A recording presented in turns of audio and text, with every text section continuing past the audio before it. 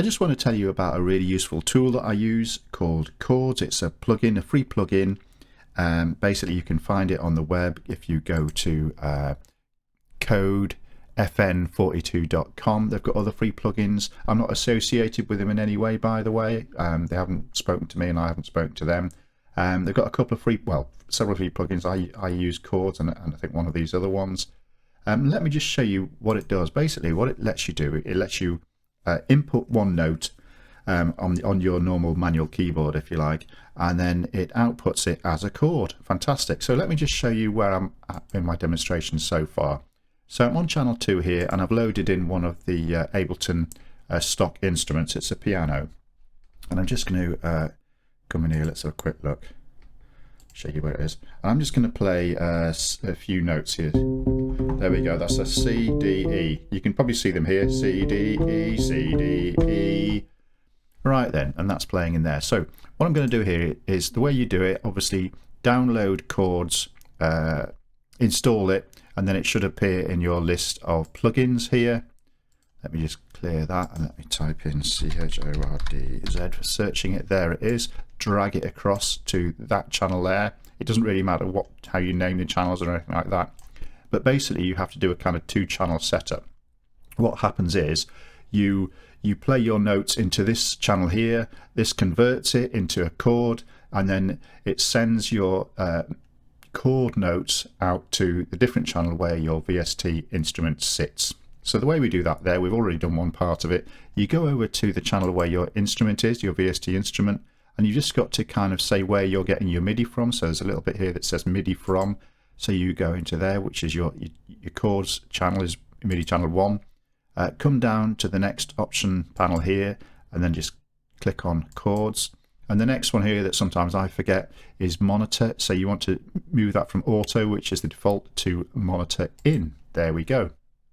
Now then, so if I come into chords, and this is arming my channel here for playback, I'm just going to type in the same key, so C, D, E. So you can see what I'm playing. I say C, D, E, and it's converting them into chords brilliantly. And you can probably see here from the volume meter here. There we go. Now you've got a few options here. You can change a bunch of parameters. Currently it's in it's in C major. I can change that to, and I don't really know what this is going to sound like, F melodic minor. I don't know what that is at all. Apply it. There we go. And I'm just going to play, for argument's sake, C, D, E again, which are these keys here. So you can see how it sounds completely different because it's a different chord, obviously. Let's just return to C minor, because I quite like that one, and apply. There we go.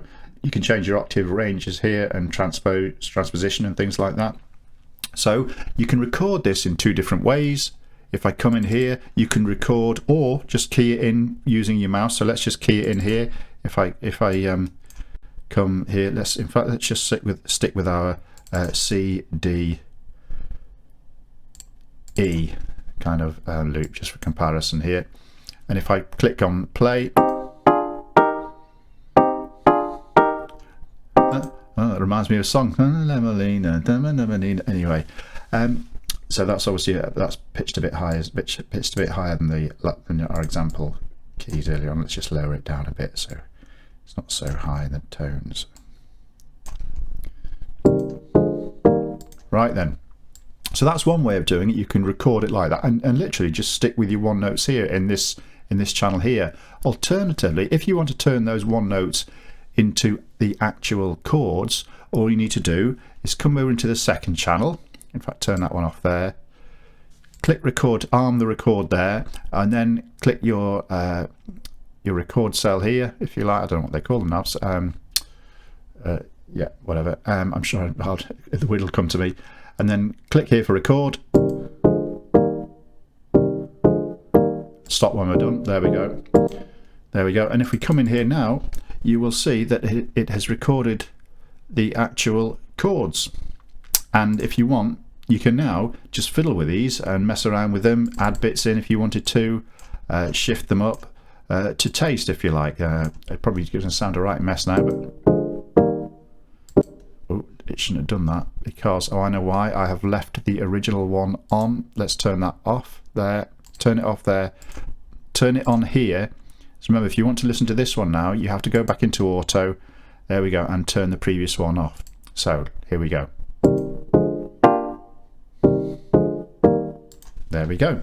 So I hope you like it. I find it really useful, and I know Ableton has got its own kind of built-in chord system, but to be honest, I find this one a lot more friendly and a lot more easy to understand.